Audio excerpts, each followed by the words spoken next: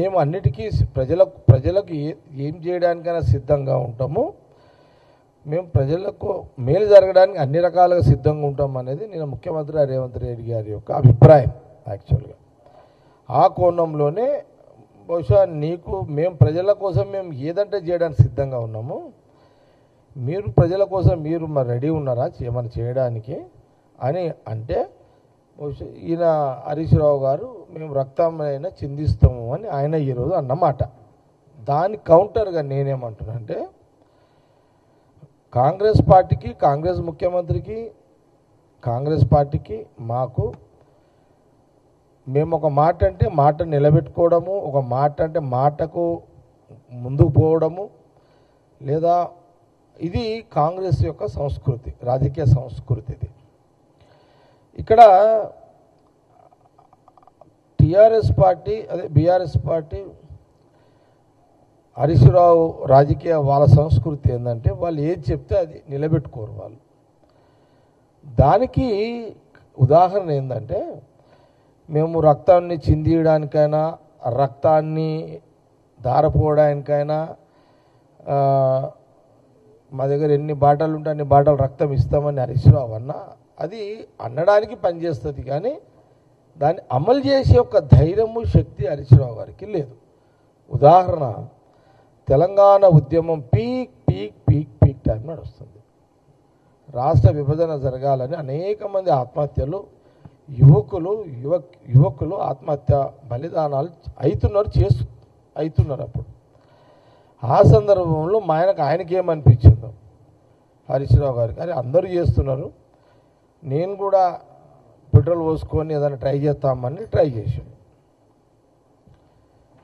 విచిత్రం ఏందో హరీష్ రావు గారు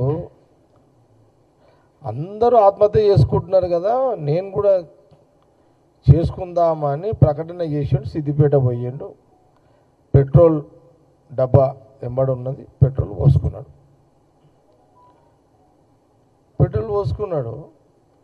పుల్లెడవి ఎక్కడని అడుగుతుండే అందరు. పెట్రోల్ బంక్ నుంచి పెట్రోల్ తెప్పించుకున్న హరీష్ రావు గారు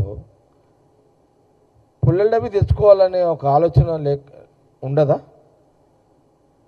అంటే ఆయనకు తెలుసు కదా, పెట్రోల్ పోసుకుంటే ఏం కాదు, కానీ డబ్బా తెచ్చుకుంటే అది అగ్గిపెట్ట తెచ్చుకుంటే కాలబెట్టుకోవాలి, చచ్చిపోతుందని తెలుసు కదా.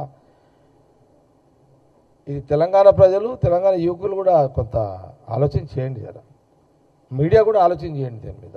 ఓకే, కాబట్టి ఎట్లయితే పెట్రోల్ తెప్పించుకున్నాడు, పుల్లెల డబ్బి మర్చిపోయాడు, అట్లనే ఇవన్నీ డైలాగ్స్ హరీష్ రావు గారు రోజు అతను యాజ్ ఏ మాజీ ఇరిగేషన్ మంత్రిగా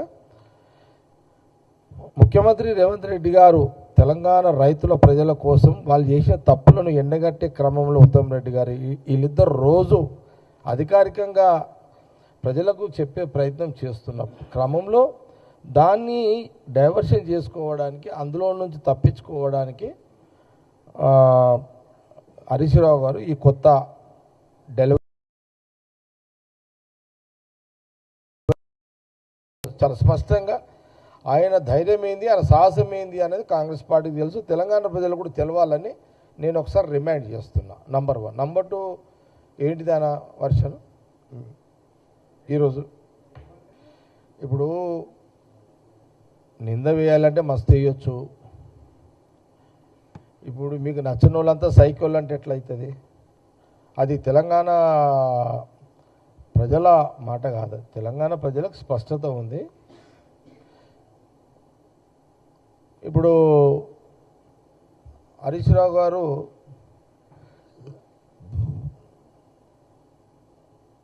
ఇక రేవంత్ రెడ్డి గారిని ఏదోటి అనాలి, ఆయన రోజు ఏదో ముఖ్యమంత్రి రేవంత్ రెడ్డిని ఏదోటి అనాలి అని ఒక లైన్ తీసుకున్నట్టున్నాడు. ఇక ఆ లైన్లోనే కొత్త డైలాగులు, స్క్రిప్ట్లు తీసుకొచ్చి మీడియా ముందు చదువుతున్నాడు. ఇంత మించి హరీష్ రావు గురించి పెద్ద కౌంటర్, అది పెద్ద పసలేని కౌంటర్. అదైతే రేవంత్ రెడ్డి గారి మీద వారు ఏదో సైకో అన్నాడు, అది దానికి ఆ మాటకు వాల్యూ లేదు, అది పసలేని మాట ఆయనది. ఇది కాంగ్రెస్ పార్టీ మాట. హింసలకు తాత మీరు, హింసలకు కేర్ ఆఫ్ అడ్రస్ కేసీఆర్ ఇల్లు. అది కాంగ్రెస్ కాదు, అది రేవంత్ రెడ్డి ముఖ్యమంత్రి కాదు, పిసిసి మహేష్ గౌడ్ కాదు, మేం కాదు. హింసలను ప్రేరేపించి వాళ్ళు చంపుకునే ఒక మాటలు చెప్పి దానికి హరీష్ రావు గారి కుటుంబము దానికి వాళ్ళ వాళ్ళ వాళ్ళ వాళ్ళ వాళ్ళు ఆ రకంగానే రాజకీయంగా జీవిస్తున్నారు. రెచ్చగొట్టి అవతలోడు ఆత్మహత్య చేసుకునే మాటలు మాట్లాడి రెచ్చగొట్టే స్వభావం హరీష్ రావు యొక్క కుటుంబం. ఎక్కడన్నా ఇంత పెద్ద తెలంగాణ రాష్ట్రం వచ్చినాక అది అవసరం లేదు, కానీ వాళ్ళ బ్యాక్గ్రౌండ్ ఉంది చెప్తున్నా. కాంగ్రెస్ గవర్నమెంట్ ఉమ్మడి రాష్ట్రంలో ఆ రోజు అందరము కాంగ్రెస్ వాళ్ళు కానీ ఇంకా ఎనీ పార్టీ కానీ అప్పుడు రేవంత్ రెడ్డి కూడా ఉన్నాడు ఫీల్డ్లో. మరి ఎక్కడన్నా మీరు మీ కుటుంబము మీరు ఇచ్చిన స్పీచ్లకు యువకులు బలైపోయారు, ఆత్మహత్యలు చేసుకున్నారు. కానీ కాంగ్రెస్ ఎప్పుడైనా తెలంగాణ మూమెంట్లో మా గవర్నమెంట్ ఉన్నప్పుడు కూడా మీరు ఎవరు ఆత్మహత్యలు చేసుకోకండి, సోనియా గాంధీ రాహుల్ గాంధీ గారు ఆలోచన చేస్తున్నారు విభజన గురించి అని పదే పదే చెప్పిన క్రమంలో సభలు ఉన్నాయి. కానీ హరీష్ రావు గారు, కేసీఆర్ గారు, ఆ రోజుల్లో కేటీఆర్ గారు మీరు మాట్లాడే మాటలకు ఆ ఎమోషన్స్కి మేము సావడానికి సిద్ధంగా ఉన్నామని మీరు రెచ్చగొట్టడం, పిల్లలు చచ్చిపోవడం, మేము తెలంగాణకు రక్తం దారపోస్తామనడం, పిల్లలు చచ్చిపోవడం,